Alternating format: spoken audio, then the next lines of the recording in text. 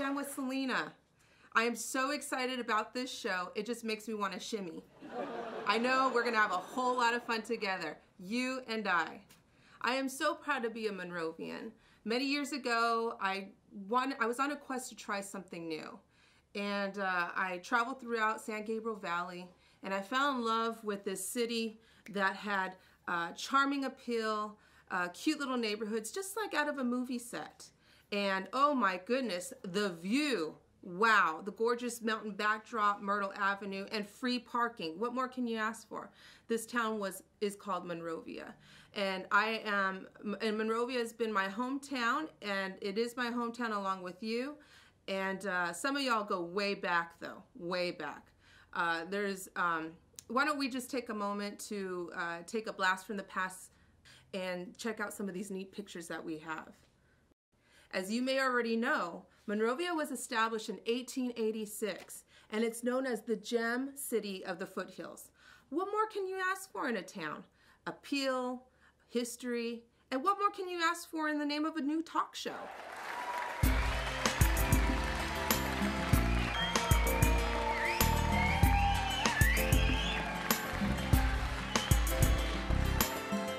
Welcome back to the Gem with Salina. We have a great show today, lots of inspiration and talent. Our first guest is a Monrovia High School senior and Eagle Scout candidate who's been doing great work in the community of Monrovia.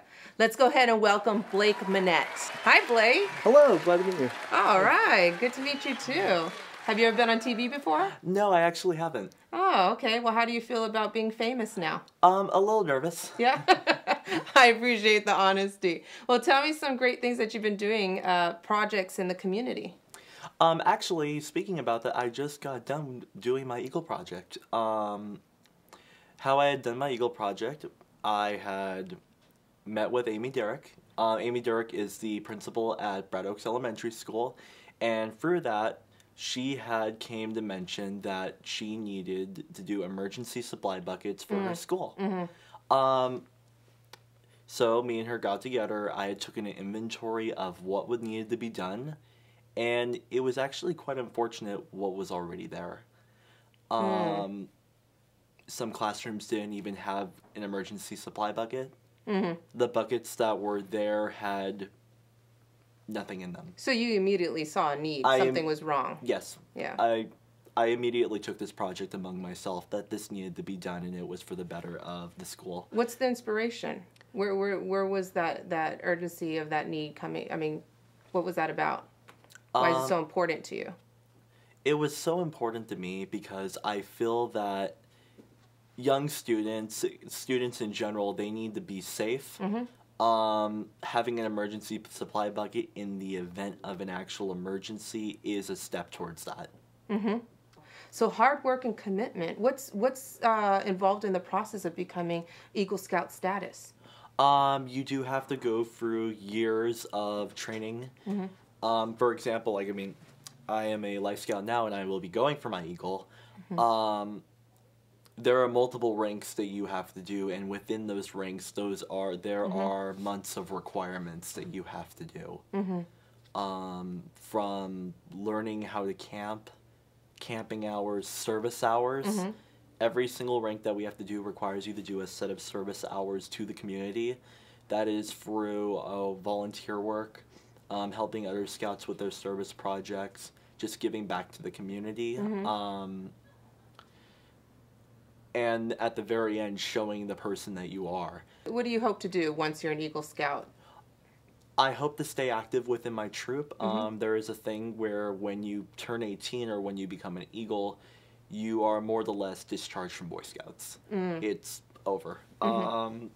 I plan to attempt to stay within Boy Scouts. I actually want to become a assistant scoutmaster within the troop that I am serving to help the youngers in my troop know that it is possible to reach this rank and to move forward and to stay active.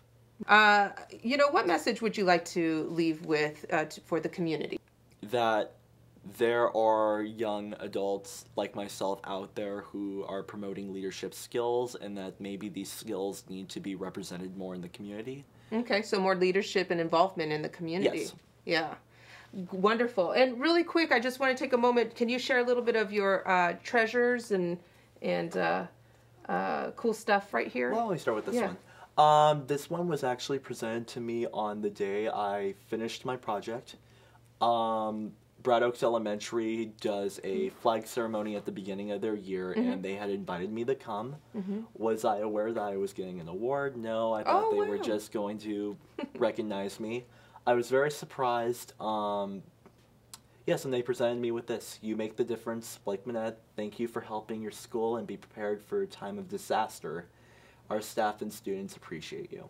That is so awesome, Blake. What's this cool thing right here? I can't stop looking at it. Grab this. It's really awesome. It's the Arrow of Light. The Arrow of Light represents that you have gone through both programs and that you are basically seen more prestigious going into the Boy Scout program than someone who just joins. Actually, one of our troop dads, I forget his name, he came in and he actually made these. For the 13 scouts that came in with my group. Wow. That graduated from this honor. Wow. So I've had this probably sitting here for quite a while, and I will have to say this is probably one of the awards that I will keep with me for the longest. I mean, a lot of these awards I'll probably keep with me for the longest because it's awards like this I feel that also promote inspiration, especially to people like, say, like in the future that I work with. Right. It would promote inspiration to see like, oh, like, hey, like, it's not just an ordinary person. There's motive and aspiration. Well, you know, best to you and your goal. Once you reach the Eagle Scout status, it'll all be worth it, right? All the hard work and dedication. So I heard you had a friend here from Troop 147.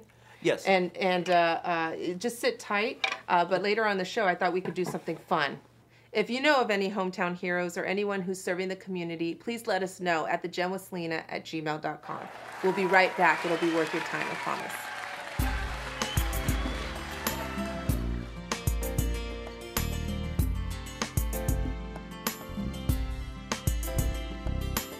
Welcome back to The Gem with Salina. Our next guest is a Monrovia parent of 2 young children. She's doing great things in the community. I'm so excited for you to meet her. Everybody welcome Christina Cordero. Hi, Christina. Thanks for having me. Yes, I'm so glad that you're here, but I'm most glad that Monrovia can get to know all the fun things that you've been doing in town for children and family. Tell Monrovia a little bit about what your inspiration was for your business. Sure. Well, I have 2 things. I have a 4-year-old and a 2-year-old, and I spend a lot of time driving them around, finding fun activities and places to go. And we would spend a lot of time driving out to LA and to Hollywood and the Valley, and finding these really cool places to play. And so I thought, well, Monrovia has so many families, and we can really use a place where families can go and be able to interact with our kids and just have a really fun, trendy type of place. And so that was one thing. And also, I have worked with children with autism for many years. Wow. And I've seen some of the struggles that families have, and also just some of the needs that they have. And I really feel like there should be a place where children with autism can come and play with all kids and just be children and have a good time. And so I really wanted to find a place where all families, regardless of your needs or your struggles, everybody can come and just have a good time together. So you're the owner of Dream Big Children's Center. Right. And we had an opportunity to hang out at your place. Let's take a moment and watch the video. Hi guys, welcome to Dream Big Children's Center, where you can play and explore. Why don't we go in and check it out? So this is our big play area. We have our performance stage over here where kids have fun singing and dancing and playing their instruments. And so coming up down here is our art room, or as we call it, our create room. So this is one of my favorites because growing up I loved doing art. Wow. Yeah, we had a little friend who came in. Wow, look at all these lights and Is this astronaut helmet? Yes, one of our favorite areas here is our dress up. Ooh. So, yes. Wonderful. So we have all kinds of dresses here, any character you can think of. We also have some like police uniform here. Yeah, firemen. You know, we had such a blast at your place, and I really enjoyed the whole experience. And I really loved the wardrobe, the little dress-up station with all the dresses and the wings and the tiaras. Anything you want to be it's great. And you know what? I really enjoyed seeing this little girl up on stage when we were there, and she was just singing. Yeah. She had a little microphone. She was just singing. I mean, what a wonderful way to express. Right. And what I'm hearing is that that's exactly one of the big reasons why you have your own business, Dream Big Children's Center. Yeah, and that actually is what inspired the name of the location, is that I really want kids to have a place where they can develop themselves, where they can be anything they want to be, and just know that whatever you want to be in life, you can be. So kids can come in and they can dress up, they can be astronauts, they can be princesses, and their parents, family, and kids have that time to bond, like you were saying. Absolutely. Because I know that we were talking and you had mentioned the interaction, and that's my background too. I mean, interaction, relationships, right? The connection. Right. Well, these others. days parents are so busy. You know, there's so much going on in this new world that it's really important to find ways that families can connect. And this is just a really great calming environment where families can come. You can relax. It's not, you know, crazy busy. It's not too loud. It's just a very serene kind of environment. And the kids love it, and you can really just spend quality family time. Well, what's your favorite part or setup in the place? Oh, that's hard. Where do you find yourself gravitating towards? I think I personally love the create room because growing up I always did art, like we talked about, and so I really love being able to, and I still do even with our parties and things. I really like to make the banners and do the table setups. So I have fun with you the do crafts. all that? I do a lot of that myself. Wow, that's impressive. Yeah, so I love to go all out for my kids' birthday parties, and so that's part of what also inspired the location is that I really love having fun parties where we, you know, decorate all the tables and backdrops, and so we do a lot of that at our center. It was so much fun. Thank you. And your motto, what was it? Explore, create, play. Exactly. I'm probably saying it all backwards. No, you but, got it. Oh, That's man. right. I mean, every one of us, even us adults, need a little bit of that, right? Absolutely. We all need a break and just to be children again. That's right. So, yeah. That's right. Christina, thank you so much for being here. I mean, I'm just so excited about what you're doing in the community, and I hope Monrovia gets an opportunity to check it out. Where can they go if they are interested? Yeah, so our website is dreambigchildren.com. We also have a Facebook page, which is facebook.com/dreambigchildren. And we're located right on Myrtle in Old Town Monrovia behind the Pinkberry. Awesome. All right. Thank you so much. Best to you. Take care. So much.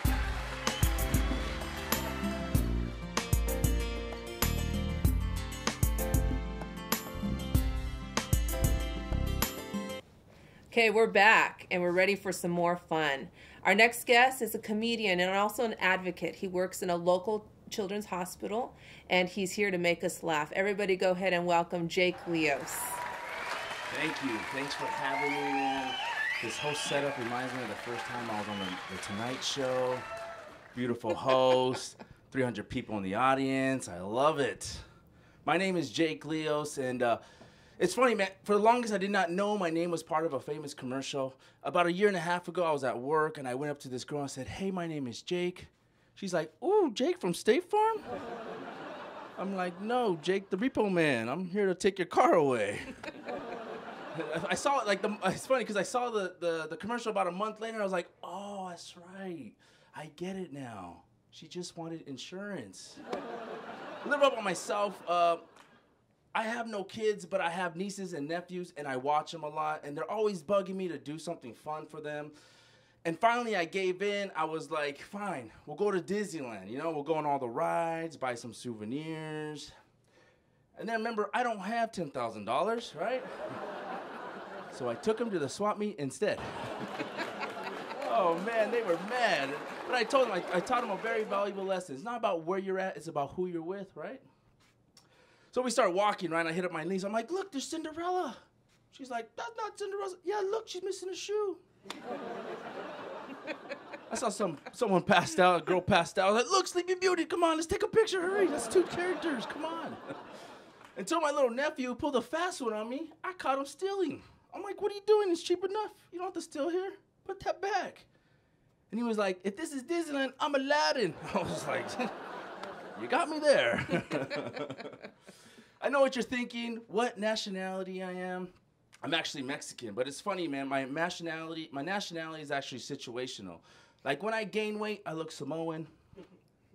When I lose weight, I look Filipino. And when I wear glasses, I look smart. I'm a Mexican, man. I can't even speak Spanish. I know, it sucks. I work in the hospital. People are always hitting me up. They're like, ¿Cómo te llamas? I'm like, sí. ¿Dónde estás al baño? Sí. And this is where it gets really embarrassing. I got to get clinical history on patients. If they don't speak English, I got to get a translator. That's right. The translator is white. And he sounds like a young Keanu Reeves. I'm like, you don't speak English? All right, hold on. Hey, Brody, yeah, come over here. Can you help me out real quick? He comes over and he's like, hola, ¿cómo estás? Me llamo Brody. The patient looks at me and says, ay, pendejo. I don't know what she's saying. I'm just like, see, she called you an idiot. Thanks, Brody, thanks. De nada, pendejo. Man, I work in a children's hospital. It's cool, man, because I get really inspired by these kids. They're very strong, and they're so funny too. Because I work in the CAT scan department, so when I tell them I'm gonna take some pictures as a CAT scan, their number one question is, do you guys scan cats? I'm like, it's not that we don't, but usually the cats that we get are scaredy cats. That one's for the kids. That's my time. My name is Jake Leos, man. It's been an honor to be here, man. Thank you. Okay, we're going to go ahead and invite Jake Leos on over. We're going to sit and chat with him a little bit. Man, what a... Thank you. Yeah, Thanks nice to meet you. What an awesome setup there. I mean, that was just really funny stuff. Yeah, that was fun to do. It was my first time. Besides the Tonight Show, I did about never, but... Well, you're on your way, that's for sure. How long have you been doing comedy? It's going about 1.5 years now. Oh, really? Yes. Hey, pretty good. I'm trying. So what's the process of becoming a comedian or being a good comedian? It's a lot of practice and a lot of people not laughing at your jokes. I hear you, but what matters is you get back up, yes, right? And you keep going. Listen, I find you so inspirational, as all my other guests here, but you specifically have done a lot of work for children. Yes. And you have a special kind of relationship to the type of work that you do, or just your inspiration. Tell me a little bit about where that inspiration comes from, where that motivation, that passion to work with children and help those in need. Well, it's just, the kids, man.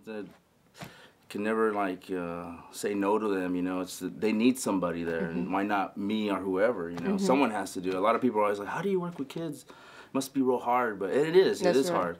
But like I said, they need somebody there, so someone has to do it. Yeah, exactly. That's right. And you feel that role. I try. Man. Well, I know those kiddos are really blessed to have you. Yeah. So you donate your time. You're all about advocating and raising awareness. I try. Yeah. We do a lot of comedy fundraisers. I try to be a part of cancers. Someone's passing.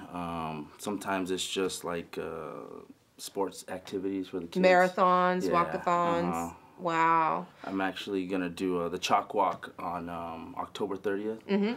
My little sister does it every year, so I just try to be there for her and support her. So it's really fun. That's awesome. Yeah. That's so awesome. Let me ask, baseball or football? I'm football. Oh, well, that's good to know, but I have some baseball trivia questions for you. Okay. All right, here we go. You ready? Yeah. You want to play a little game? All right. Sure. Some MLB trivia. All righty. What is the oldest stadium in MLB? I think that's Fenway, right? Boston? Wow. Pretty cool. I think it goes Boston, that's right. Chicago, and Dodgers. Yeah. Wow. 1912, Fenway Park. What's the number? Whose number was the first ever retired by an MLB team? Oh, that's a good. I'm gonna say Jackie Robinson. I don't know. You know what? I probably would have said that too. I know nothing. I'm acting like I know something about baseball. Ask me about football, I might know a little bit more. But it's Lou Gehrig. Oh, nice. Yeah, number 4. That was in 1939, New York Yankees. The more you know. Yeah, absolutely. And what player has hit a home run and scored a touchdown? There's kind of, I think, a few of them. Bo Jackson. Bo Jackson, Yeah. yes. Yeah, absolutely. All right, and which team do you anticipate winning the World Series? The Dodgers. Go Dodgers.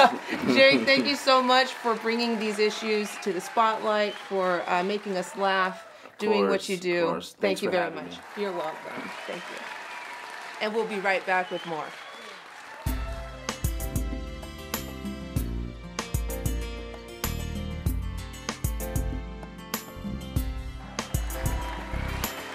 Hi, welcome back. We're with a couple of members from Troop 147, Blake and Ben. You want to say hi to the camera? Say hi to Monrovia? All right. So you guys brought a couple of pictures here. First of all, this one is of you and... That's actually of me and Ben. Yes. And so what's your relationship like? I mean, like, how long have you guys been hanging out? Did you guys grow up? I mean, do you guys get along? Me and Ben have been friends actually since preschool. Yeah? We've gone through all of our scouting together. He is actually next to the people that came into Boy Scouts with. He is next to one more person. We're like the last 3. Do you agree with all this? Yes. Yeah? Yeah? So what's the most memorable experience that you've had with your buddy here, Blake? Probably Camp Cherry Valley over at Catalina. We went there, I believe, 3 times, twice as Boy Scouts and once as Cub Scouts. So, I mean, you guys, like, grew up in the uniform together, Yes. right? Yeah? Would there ever be any competition as who got, the most badges? No. The only competition I can think of was who's going to get Eagle first. Yeah. Woo! Okay, well, that's a legit competition right there. But so, what is your nicknames, or do you guys have a little group name that you go by? I can't really think of any. No? Do not. Just Ben and Blake? Yeah. Yes. Okay, that's good enough. Well, you guys work so hard, and we thought this would be a perfect opportunity for you guys to have a little fun. Are you guys ready to have fun? Sure. Okay, well, we'll do so right when we come back. Stay tuned.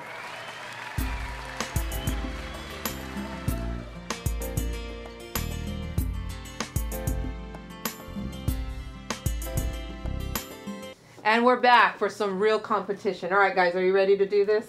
Sure. Yeah? Pressure's on? Yes. Yeah? pressure's on. This is probably harder than achieving Eagle Scout status, right? Okay, so here's the deal. You got a straw, you got a marshmallow. We're going to have a marshmallow blowing contest, okay? Okay. Do I have to break it down any further for you?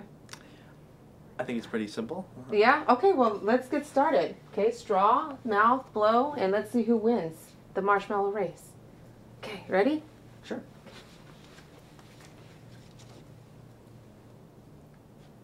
And go. Oh, Ben! Whoa, Fun Ben! Fun Ben! That's his new nickname. All right, well, we're going to go ahead and wrap it up. So thank you guys for being on the show. And we'll be right back with a quick sign off. We did it. We got through this together. See? All the great things that we can do. Okay, well, take care, and I'll see you next time here at K-Jam. Bye now.